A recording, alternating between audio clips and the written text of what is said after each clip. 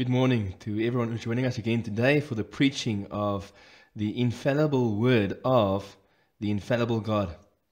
May I ask you that question? Do you believe that? Do you believe that God is infallible? Meaning that whatever He planned, whatever He purposed, whatever He promised, that He will do it, and that nothing and no one will be able to thwart Him, thwart His purpose and plan, or stand against what He has planned and purposed. Now, that is exactly the question and problem that Paul is busy addressing in Romans chapter 9. And so I want to invite you to open your Bible to Romans chapter 9, verse 6 to 13. Paul ended Romans chapter 8 by making a wonderful promise that nothing will be able to separate the believer from the love of God that is in Christ Jesus our Lord. That is God's promise to every New Testament believer. But then that belief brings a question and a problem. Namely, what about God's promises to the Old Testament Israel? Did they fail? Did they come to nothing? And it brings the further question that if that were so, can we trust God? Is He trustworthy? Is He faithful to bring about what He has now promised to us? If He failed in doing for Israel what He promised in the Old Testament, will that mean that He will fail to promise will He fail to do what He promised now to us as New Testament believers? And that is Paul's concern, Romans chapter 9 to 11. The whole of Romans chapter 9 to 11 is Paul is talking about God's sovereign mercy in action, because he wants us to understand and see the character and integrity of God. That is what Paul's concern is in these chapters, to defend and explain and make known to us the character and integrity of God. He is concerned about God's honor at the beginning of Romans chapter 9, specifically from verse 6 and onward. And that is what we will look at this morning. Now, last week rather, we started looking at Romans 9, and in verse 1 to 5, we saw Paul's heart for his own people, namely, that he was deeply concerned about the salvation of the Jews, his kinsmen. And he was deeply troubled, and he was in anguish over them. And he said in verse 3 of Romans 9 that it is his wish, his longing. His wish was that if it were possible, he would be accursed. He would be cut off from Christ for the sake of them being saved.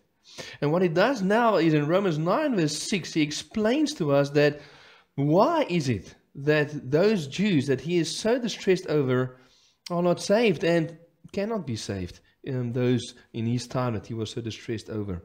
And so that's what he will do. And basically what we need to hear from the beginning, here's a truth that we need to hear from the beginning. Even though Paul was burdened with the Jews and his wish was for them to be saved, here's a truth that you and I need to hear this morning. God is not being limited or controlled by the wishes and will of men, but He is the one who controls everything according to His free and sovereign will. And that's what you and I need to hear, and that's what Paul is going to explain to us from Romans 9, from verse 6, and for the rest of chapter 9. This morning we'll only look at Romans 9, verse 6 to 13. But this is the truth that you need to start thinking about. God is not limited or controlled by our wishes and our will. No, God is the one who controls everything according to His free and sovereign will. You see, you and I may have this question in our hearts concerning the Jews. Why is it that everyone who is part of the nation of Israel, namely the elect nation of God, is not saved? Why is that so? Or we can even look more to our own context and ask the question, why is it that everyone who forms part of the visible church, namely when people gather, those who profess their faith gather together, why is everyone in the visible church? Why is it that not every one of them are saved? And Paul, instead of putting the responsibility in these verses with man, he starts by saying, no, it starts not with the responsibility of man, but it starts with the sovereignty of God. His free will. His free will and sovereignty in salvation. That He is the one who ultimately decides who He wants to save and whom not. That being said, let's then read Romans 9, verse 6 to 13. Let's read Romans 9, verse 6 to 13. But it is not as though the word of God has failed. For not all who are descended from Israel belong to Israel. And not all are children of Abraham because they are his offspring. But through Isaac shall your offspring be named. This means that it is not the children of the flesh who are the children of God, but the children of the promise are counted as offspring. For this is what the promise said. About this time next year I will return, and Sarah shall have a son. And not only so, but also when Rebekah had conceived children by one man, our forefather Isaac, though they were not yet born and had done nothing either good or bad, in order that God's purpose of election might continue, not because of works, but because of him who calls, she was told, the older will serve the younger, as it is written, Jacob I loved, but Esau I hated. Let's just spend some time in prayer. Father, this morning as we come to you and now for the reading of your word, hear what you declare and reveal to us concerning the reality of that you are the sovereign God. You are the one who is the one who chooses. And Father, these are not so maybe not difficult verses to understand, but it's difficult verses to accept. Father, we live in a day and age where we are told it's all about us. And in these verses, you shift the perspective completely and say, no, true biblical Christianity is not man-centered, but is God-centered. And so I do pray, help us, prepare our hearts, soften our hearts to hear these truths this morning. And Father, I do pray for myself. You know that my conscience is bounded by these truths in these verses. And I want to be faithful to not read anything into these verses that's not there, but also I want to be faithful by not leaving anything out. By having the confidence and the boldness in and through Jesus Christ to preach your word faithfully. And I do pray, help me in that, so that you may be glorified, that you may be exalted, and we may be humbled. I pray this to the glory of your name. Amen. Now this morning as we study these verses, we will do it under the following theme, namely, God's word is upheld by his sovereign choice in salvation. Like I said, Paul's concern in these verses in Romans 9 basically is to defend the honor and integrity of God, the faithfulness of God, to say, no, God's word did not fail. Although it may seem like his plan and purpose with the Old Testament Israel failed, it didn't. And he bases what he does is as he is focusing on defending the honor and faithfulness of God, he connects the faithfulness of God with a very controversial doctrine, namely the doctrine of election. Please note verse 11 of Romans 9. Romans 9 verse 11, though they were not yet born and had done nothing either good or bad, in order that God's purpose of election might continue, not because of works, but because of him who calls. See, Paul already mentioned this doctrine of election. He already mentioned it in Romans 8 verse 33. Remember when he said that the following in Romans 8:33, who shall bring any charge against God's elect? It is God who justifies. He already brought forth this term that is a biblical term. Many people, when they hear the term election, they want to shy away from it as if it is something unbiblical. And here you find in Romans 8 and Romans 9 already just two verses in Romans that uses this term elect and election. And because what we need to understand is this term is a biblical term. There's a man with the name of B.A. Ramsbottom who wrote a little small booklet called Biblical Doctrines Simply Explained. And under the doctrine of election, he tells the following story. He says, I remember years ago a boy who fully believed the Bible to be God's word saying to me, I just do not believe in election. Well, I said, read Romans chapter 9. He did. And then he said, I admit I cannot understand it, but it is there very clearly. You see, and this is reality. Election is a biblical doctrine. And Paul says in this passage, he connects election with the faithfulness of God. He says if we want to make sense of God's faithfulness in his plan of redemption, in his purpose with the Jews and in the Old Testament saints and the New Testament saints, if we want to make sense of all of that, we need to have a biblical understanding of this doctrine of election, because he connects God's faithfulness with the doctrine of election. And so just proving to you that election is a biblical doctrine may remind you of a few verses that speaks about election. In the Old Testament, we know that the whole Old Testament is grounded upon this reality, that it's all about the elect people of God, the nation of Israel. In Deuteronomy 7 verse 7, just want to quote one verse from the Old Testament concerning election. God says this to Israel about them. Deuteronomy 7 verse 7. It was not because you were more in number than any other people that the Lord set his love on you and chose you, for you were the fewest of all peoples. Election goes along with God choosing. And so God chose Israel to be his covenant people, and he didn't choose the other nations. He elected them. Coming to the New Testament, we find that everywhere for the New Testament, this doctrine is being taught upon. Ephesians 1 verse 4, where it says, even as he chose us in him before the foundation of the world, that we should be holy and blameless before him. In Ephesians 1 verse 4, and then going to John 15 verse 16. Remember that when Jesus was speaking to the 11 disciples, Jesus spoke about election. John 15 verse 16, Jesus said, you did not choose me, but I chose you and appointed you that you should go and bear fruit, that your fruit should abide, so that whatever you ask of the Father in my name, he may give it to you. Jesus saying, you did not choose me, I chose you. Also, we find in 1 Corinthians 1, verse 26 to 29, some sobering verses where Paul is writing about those of us who are Christians and saying, listen, you're not a Christian because you were wise or something great. As a matter of fact, God chose those that is not wise. Listen to 1 Corinthians 1, verse 26 to 29. For consider your calling, brothers. Not many of you were wise according to the worldly standards. Not many were powerful. Not many were of noble birth. But God chose what is foolish in the world to shame wise. God chose what is weak in the world to shame the strong. God chose what is low and despised in the world, even things that are not, to bring to nothing things that are, so that no human being might boast in the presence of God. God chose, God chose, God chose. Also 1 Thessalonians 1 verse 4, Paul writes and he says, for we know, brothers, loved by God, that he has chosen you.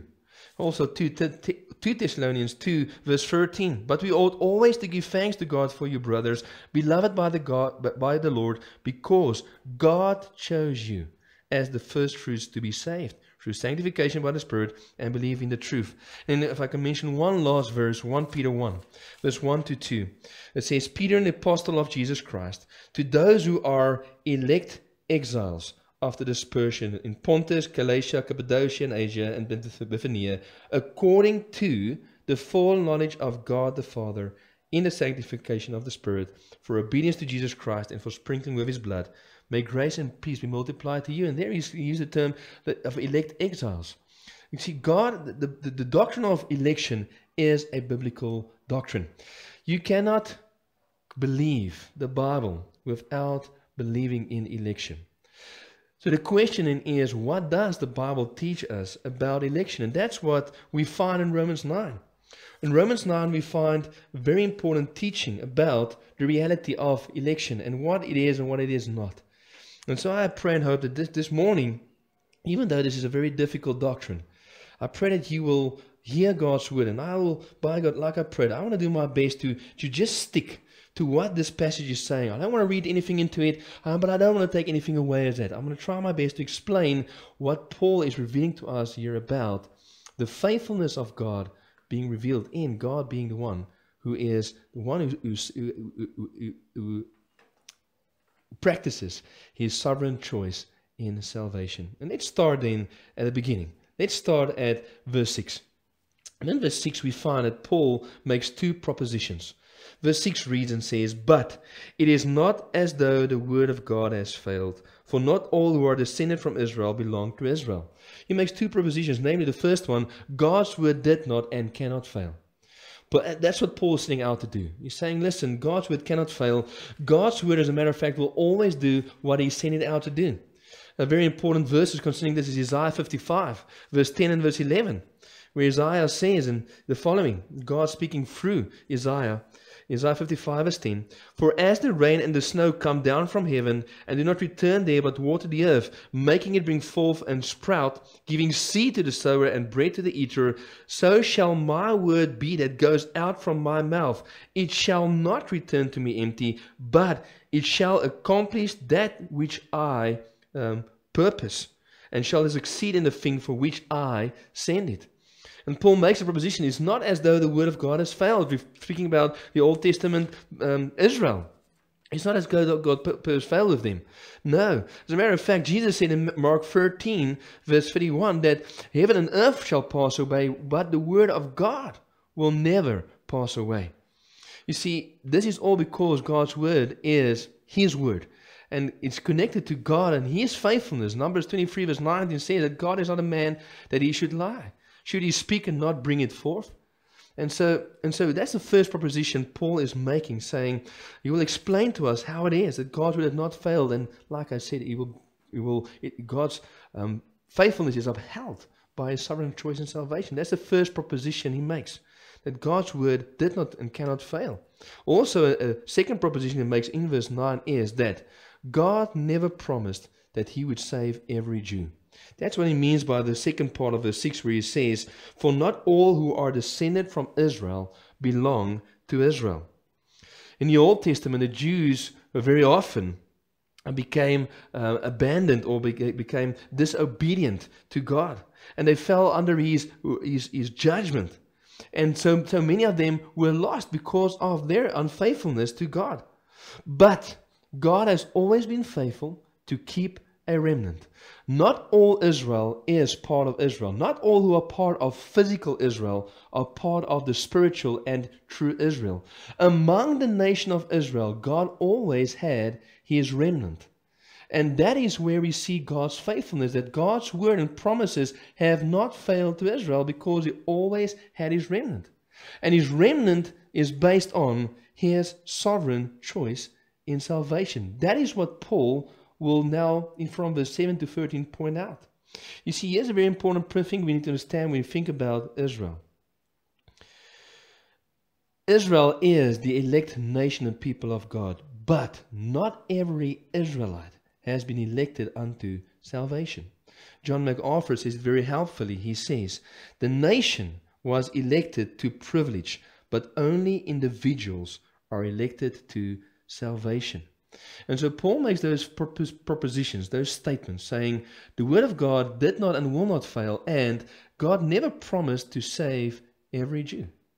And what he does now is he goes on from verse 7 to 13 to explain and defend these two propositions, showing us that it was never God's intention, plan, or choice to save every single Jew.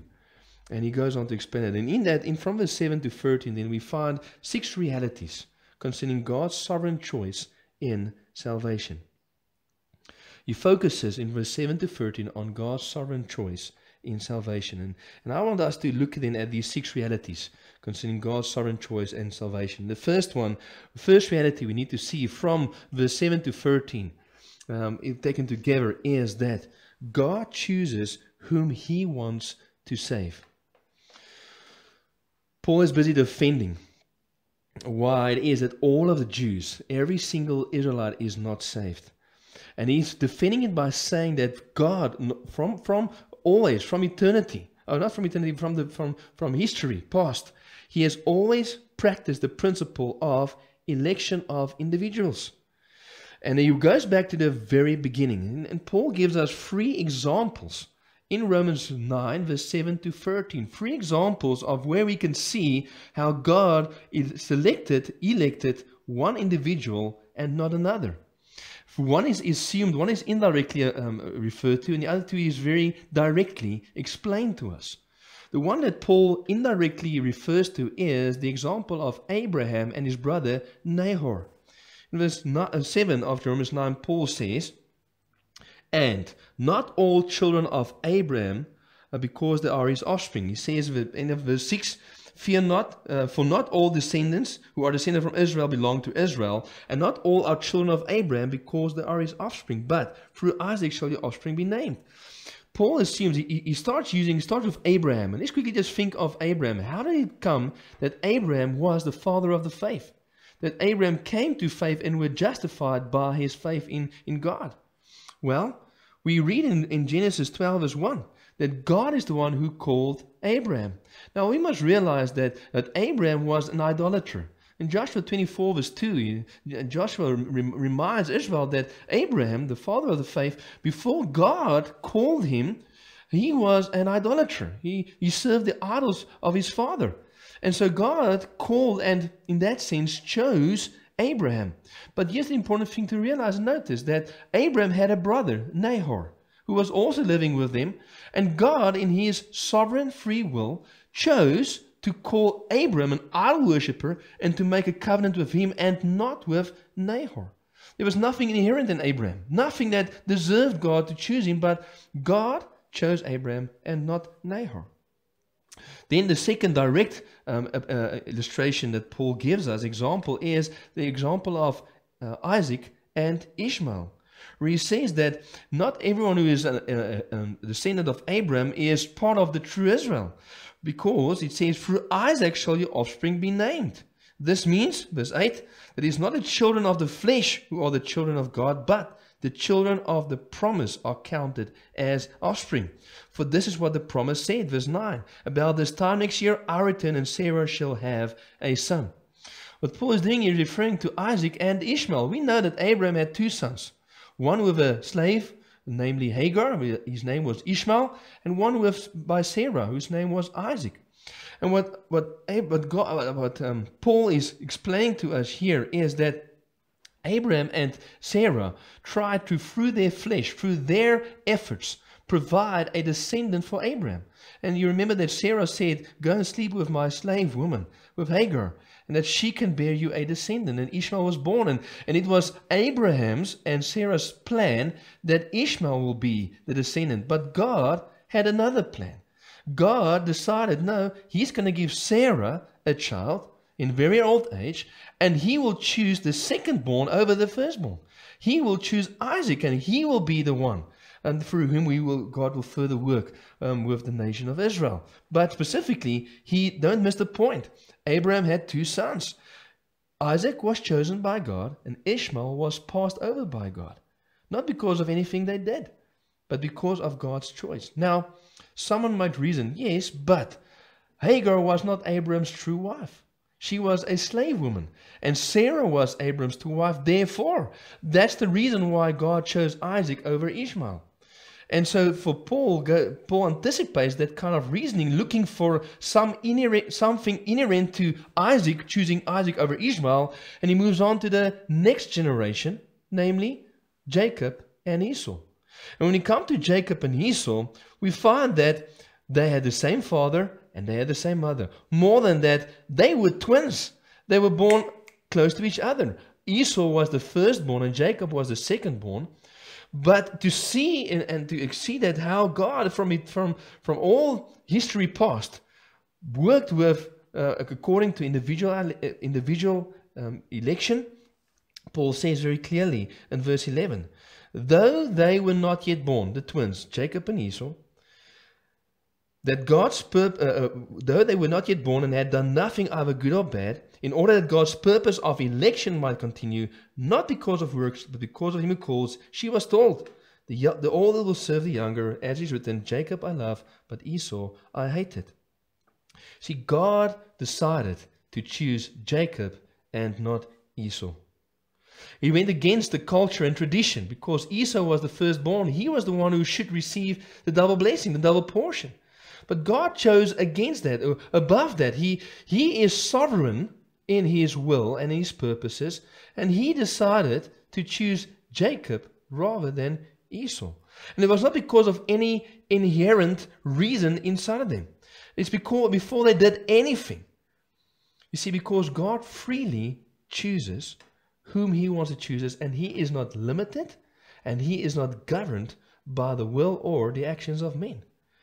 God chose to put his love on Jacob and not on Esau.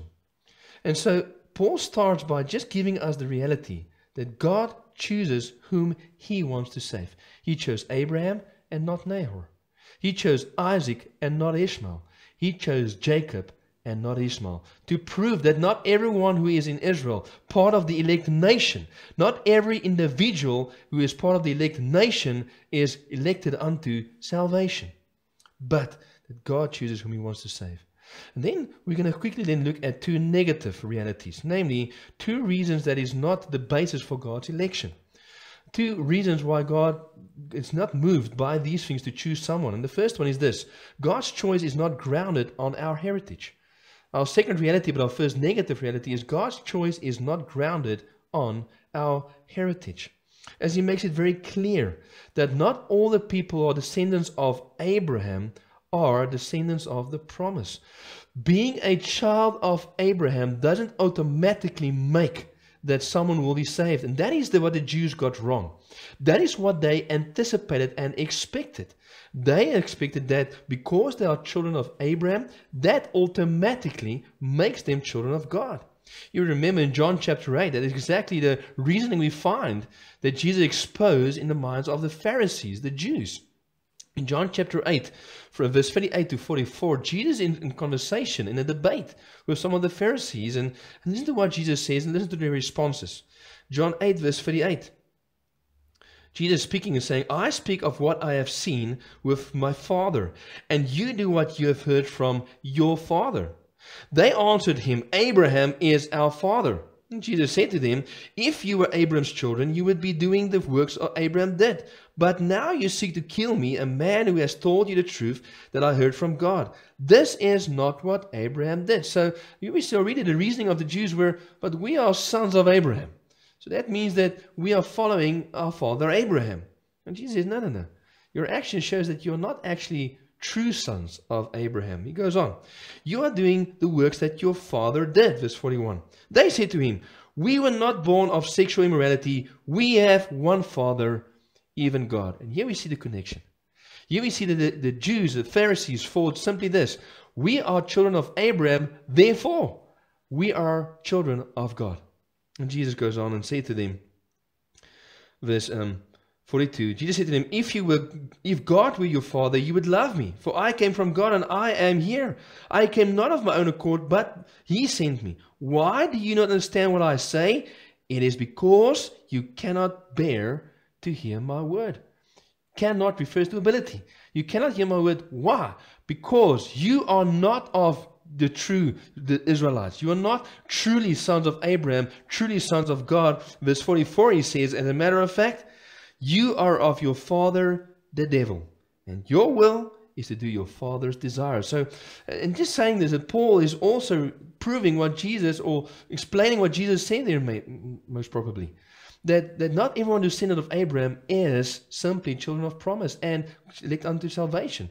You see, God's choice is not grounded on our heritage, our family ties. Realize this reality. The family that you come from doesn't automatically make you a child of God. Alan Carr says, for all intents and purposes, family relationship is worthless in this matter of salvation. God is not limited to choosing someone to salvation because of their family heritage.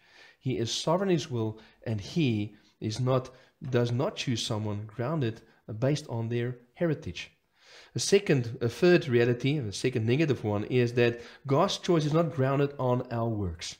God's choice is not grounded on our works. We know by now that salvation is never according to our works, never because of our works. Isaiah 64 verse 6 says that our best deeds are like a filthy rag before God. And Ephesians 2 verse 8 to 9 reminds us that but by grace you are saved through faith, and this not of your own doing. It is the gift of God, so that not of your own works, so that no one may boast. No one is saved because of their works. We know that. But we also need to understand that God does not choose someone based on their foreseen works in the future. Verse 11 of Romans 9 makes it so clear, where it says, though they were not yet born and had done nothing, either good or bad, in order that God's purpose of election might continue, not because of works, but because of Him who calls.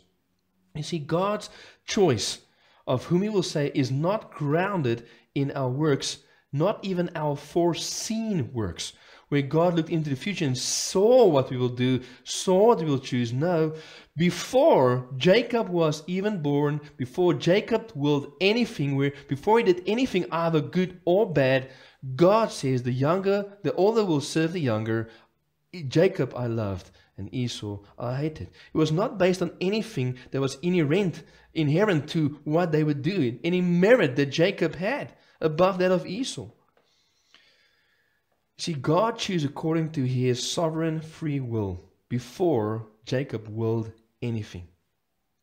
What God wanted and willed to do through Jacob did not depend and was not determined, was not limited through what Jacob would one day will. God's will overrides human will. And so we find these three realities. The first three realities is that God chooses whom he wants to save. God's choice is not grounded on our heritage, and God's choice is not grounded on our works. But then to positively say, well, what do we understand? What is God's choice then grounded in? If it's not based on family, it's not based on heritage, and not based on our works, what is the basis? What are some of the things that we can learn from these verses? What does God grounds his election in? Well, fifthly, the fourth reality is God chooses according to his sovereign purpose. God chooses according to his sovereign purpose. Verse 11 is so important. Let's just read it again, where it says, though they were not yet born and had done nothing either good or bad, in order that God's purpose of election might continue. One of the thoughts that I shared with you last week that we need to keep in the forefront of our minds as we work through Romans 9 to 11 is that we need to remind ourselves, what is God's main purpose with this world? What is God's main purpose with creation, with history? And the reason why God made everything is not primarily to save people. God primarily made everything for the glory of his name, to put his glory on display. And so God's election, God's sovereign choice, is grounded in his sovereign purpose, namely to bring glory to himself. That is God's main purpose of why he saves some people and he doesn't save others.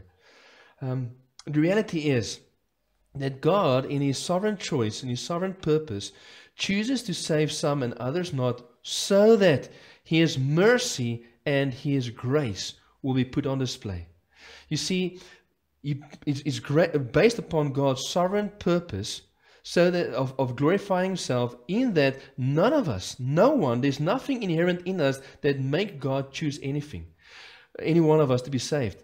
The reason why God chooses to save some is so that his mercy and his grace will be put on display, because God's mercy is where he's not giving us what we deserve, and God's grace is where he's giving us what we can never deserve. And that's why God chooses to save some and not others, so to glorify himself. We must remember that God doesn't owe salvation to anyone. The reason why God chooses someone is not of something inherent in them, some quality or some purpose in them, but rather his purpose to freely give salvation to some, so that his mercy and grace will be magnified and glorified. Phil Newton says it like this: election rings with praise to his glory, because it displays the sovereign, gracious, loving and kind intention of God for unworthy, sinful, hopeless people like us. Who gets the glory in that picture? Not us, but to him alone belongs the glory. You see, here's the thing that we should be asking. We should not be asking, why is God saving the one and not the other? We should be asking, why is it God saves anyone? Because God owes salvation to no one. And so the reason why God saves is because of his sovereign purpose of glorifying his grace and his mercy, his love and his kindness. Ray Preacher says it this way: the amazing miracle is that God saves anyone. No one deserves it. Why some are chosen and others are not is a mystery we will probably never be able to understand. But if you are saved, remember this: you didn't deserve it. God didn't choose you because of your good looks or your good life. Your religious background had nothing to do with it. Your intellect mattered not at all to him. If you are a Christian, it is because of God's free, sovereign grace, and nothing else at all. Is God free to do whatever he wants? Absolutely. That's why they call him God.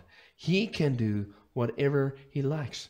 And so God's choosing to whom he will save is grounded, or is according to his sovereign purpose of glorifying his grace and his mercy. And the fact that he saves anyone should bring us into thankful and humble worship of him. But then a fifth reality, a second positive one, says that God chooses through his sovereign work. God chooses through his sovereign work. That's how he chooses, not based on our works, but he chooses to save through his work. Namely, he does all the saving. He is the one who does the work of being born again. He does the work of being called unto salvation. Note verse 9 of Romans 9. It talks about Sarah and her inability to have children. For this is what the promise said. About this time next year, I'll return and Sarah shall have a son. You see, Sarah was infertile, and her biological clock at this stage have also run out. At this stage, she was about 90 years old, and she was far past the human ability to have children.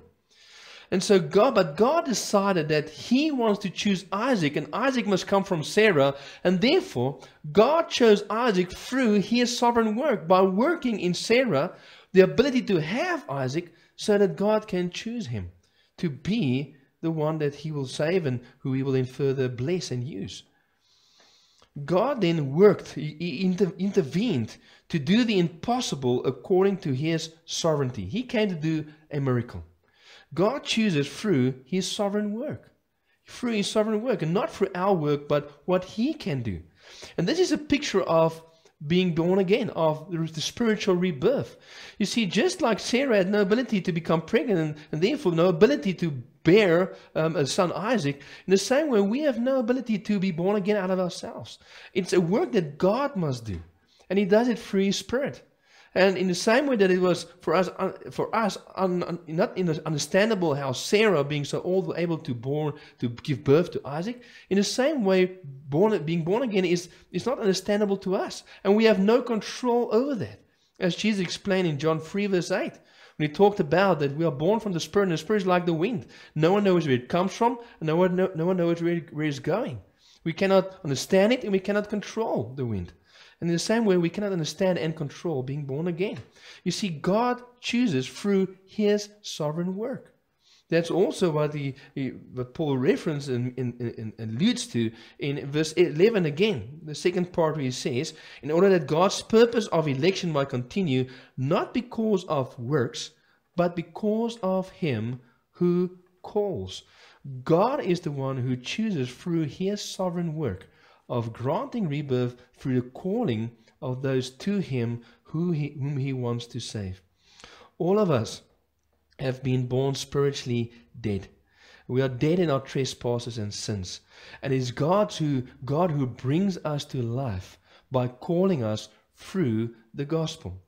If I can just quickly reference to you Ephesians 2 verse 4 to 6. That's clear about this. Ephesians 2 verse 1 to 3, explaining that we were dead in our trespasses and sin. We followed this world. We followed the prince of this world. We followed our own sinful desires and fleshly desires. And then verse 4 says of Ephesians 2, but God. But God, Ephesians 2 verse 4. But God, being rich in mercy, because of the great love with which he loved us, even when we were dead in our trespasses, made us alive together with Christ. By grace you have been saved.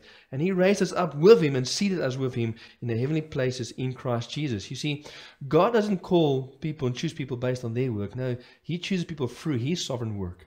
His work of giving love. His work of calling unto himself those whom he wants to save. So God chooses according to his sovereign purpose. He chooses through his sovereign work.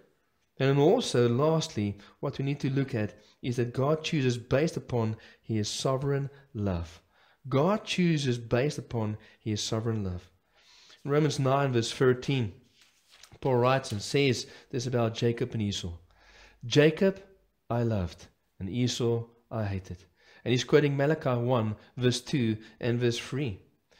Now, Jacob I loved, God says, and so we can tie this back to Romans 8 verse 29, where Paul wrote and said that those whom God foreknew, he also predestined to become conformed to the image of his Son. And we explain in Romans 8 verse 29 that word foreknew talks about a very intimate knowledge, knowing someone very intimately, like Adam knew Eve, a loving, intimate knowledge.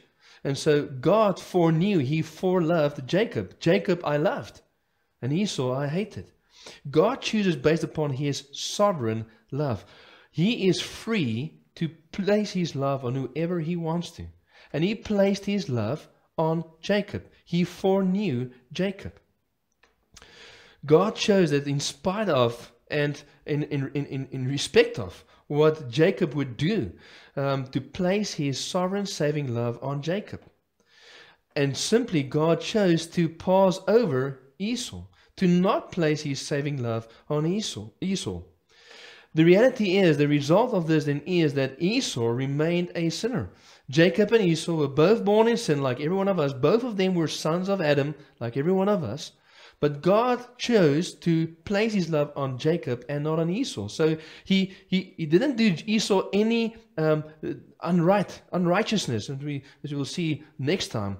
But he simply passed over Esau and left him in his sinful state. And that led to Esau living in the life of a sinner. And being a sinner, living in sin, that is why God hated Esau. Jacob I loved, but Esau I hated. You see, very often people try and diminish this by saying, no, just God loved Esau less than Jacob. And yes, that is true. I believe that is true. But it's more than that. You see, there is a half-truth that many of us have heard and maybe even hold on as a full truth, namely that God hates sin, but he loves the sinner. Now, it is half-truth. That is true. God does hate sin and he loves sinner. That is why it is that some people is saved. If that were not true, no one would be saved. If God didn't love sinners, he wouldn't send Jesus to the cross for the sins of the world, namely, for God to love the world that he gave his only Son. The sins of the world, namely Jew and Gentile, people of all different kinds. If God didn't love sinners, there would not be any salvation. But it's a half-truth. Why? Because many times we distance the sinner from his sin. And you and I need to realize that God hates sin, but he also hates those who lives in sin. He hates sinners. Listen to Psalm 5, verse 5 to 7, or verse 4 to 6 rather in the English, where it's very clear to us that we need to understand this. If someone lives in sin, God hates sinners. Psalm 5, verse 4 to 6. For you are not a God who delights in wickedness. Evil may not dwell with you. The boastful shall not stand before your eyes. You hate all evildoers. You destroy those who speak lies. The Lord abhors the bloodthirsty and deceitful man. Also Psalm 11 verse 5. The Lord tests the righteous, but his soul hates the wicked and the one who loves violence. And so when the Bible says that God loved Jacob and he hated Esau, it's that God chose to put his love on Jacob and he passed over Esau. He chose to not put his love on Esau, and in that sense to reject Esau. And that led to Esau living a life of a sinner and God hating Esau for his sinful life that he did. And so God's wrath remained on Esau. And that is true today as well, that God's wrath is on and remain on those who are living in sin, who are living open sinful lives. Romans 1 verse 18, Paul already said that God's wrath is revealed from heaven against all ungodliness and unrighteousness of men who by their unrighteousness suppresses the truth. Those who do not believe in Jesus, they are sinners, and that God hates the sins they do, and he hates them for doing those sins.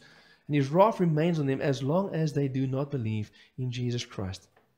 And so God in his sovereign will chose Jacob and he passed over Esau. He chose Jacob and he rejected Esau. And so these are 6 realities that these verses teach us about God's sovereign choice in salvation. And as you hear this morning's message, maybe even the last point, you may think to yourself, but how can this be fair? Isn't this unfair? Isn't this unjust? And if that is the question that you are struggling with now, I want to say, well, then I interpreted these verses correctly, because that is exactly the kind of response Paul is anticipating. He's anticipating the objection that someone will say, but Paul, that is unfair. That is unjust. And in verse 14, he asked the question, can we then say that God is unjust? And then he answers, by no means, and explains why. And so next time, by God's grace and by God willing, we will look at Paul's reply to that objection. But let me close this morning with 4 personal applications. What should we apply, and how should we then apply this to our own lives? The reality that we just saw, all these 6 realities, that God is the one who chooses and will save, not based on our heritage, not based on our works, based on, according to His sovereign purpose, through His sovereign work, on the grounds of His sovereign love. How should we respond to this? What should we do? How should this impact us? What should this doctrine and this passage do for us? Well, firstly, it should humble us and put us in our place. This doctrine of election, this reality that God is the one who sovereignly chooses whom He will save, it humbles us and puts us in our place. We need to realize that salvation is all because of God's grace and God's mercy, and nothing that we have done in ourselves and nothing that comes inherently from us. It takes away all boasting from us. It humbles us. God is the one who first loved us, and He is the first one who chose us. And it's because of His love to us and His choice of us that we can respond to God and His love and in choosing Him and seeking Him. He sought us, and therefore we can seek Him. So it humbles us. It puts us in our place. Also, secondly, it glorifies God by giving Him His place as the sovereign Lord. This is who God is. Remember, Paul's concern in Romans 9 is to explain to us and defend God's faithfulness, His honor, and he does this by referring to the sovereignty of God. God is the sovereign Lord. This is who He is. God is not in any way limited or held ransom or in any way by the will of man. No, God is sovereign, and He is sovereign in His will. He is the one who has absolute, true, free will to do whatever He wants to do. And see, Paul makes no excuses for God in this verses. He explains, simply says, yes, the reality about God's sovereignty and salvation. You see, and it doesn't matter what you and I think or do or say or believe about the sovereignty of God, and specifically as well how it relates to salvation. It's not going to change who God is. You see, when it comes to the sovereignty of God, Steve Lawson says this is the godness of God. The fact that God is sovereign, that He has absolute free will, that is what makes God God. And it's true. There's many of the things about God's sovereignty and then our responsibility that we will see in Romans 10. See, in Romans 9, Paul's concerned about the sovereignty of God. In Romans 10, he will bring in the responsibility of man. And there's a great mystery for us how these two things work together. We don't know. But we know without a shadow of a doubt from these passages and these verses that lead, God is sovereign in salvation. He chose Jacob and He hated Esau. And in that He wasn't unjust in any way, as we'll see in 2 weeks' time. But He is sovereign. And it puts God in His place that He is the one who is sovereign. And we can only have one of two responses. You can either rest in God's sovereignty and rejoice in it, or you can rebel against it and suffer the consequences for it. God's sovereignty should lead us to humble ourselves before Him and be thankful for the fact that He is sovereign in salvation. If He was not sovereign, none of us would be saved, because there's nothing in us. None of us would have sought Him. None of us deserve to be saved. There's nothing inherent in us that causes God to look to us and say, I need to save that person. No. Based on His sovereign purpose to glorify His mercy and grace, through His work, His sovereign work, through Him, according to His sovereign love, deciding to love, that's why He saves, so that He can have the place of sovereignty, and not us. Thirdly, it challenges us considering the basis of our relationship with God. If you depend upon your family heritage or in your works in any way for your salvation, you have a false assurance of salvation. You have a false foundation. The only thing that matters is whether or not you are in Christ, whether or not you have responded to the command and calling of God to believe in the Lord Jesus Christ and repent from your sin. You can and will not be saved based on your works or your heritage. And you need to examine yourself, saying, what are you trusting in? Are you trusting in God's sovereign call in your life to call you to salvation and what Jesus did for you on the cross, and you responding to that call by faith and repentance? And what is your trust for your salvation? It challenges us to consider the basis of our relationship with God. And then lastly, it teaches us that God's word has not failed. And that's what Paul was set out to do, in saying, not everyone who's Israel is of Israel. And God's word has not failed. You see, God is faithful to do what He has promised. He will do what He has promised according to His work. We can be certain that His promise in Romans 8 verse 38 to 39 is true, and that nothing will be able to separate us from the love of Christ. Why? Because God is sovereign. And it's in His sovereignty that we find our security. In His sovereignty and in Him choosing, He will save, according to His purpose, His work, and His love, and not anything in us, that we can have assurance that what He purposed and planned to do will come to pass. And so we see then that God's word is upheld through His sovereign choice in salvation. Let's pray together. Heavenly Father, I know this is a difficult doctrine to get our minds around, and most probably we'll never in this life get our minds around it, but I do pray, help us to humble ourselves, to think upon these truths, about these realities, so that Your name may be glorified, and we may realize that everything we are and have is because of Your grace and Your mercy and Your love. I pray this in Your holy name. Amen.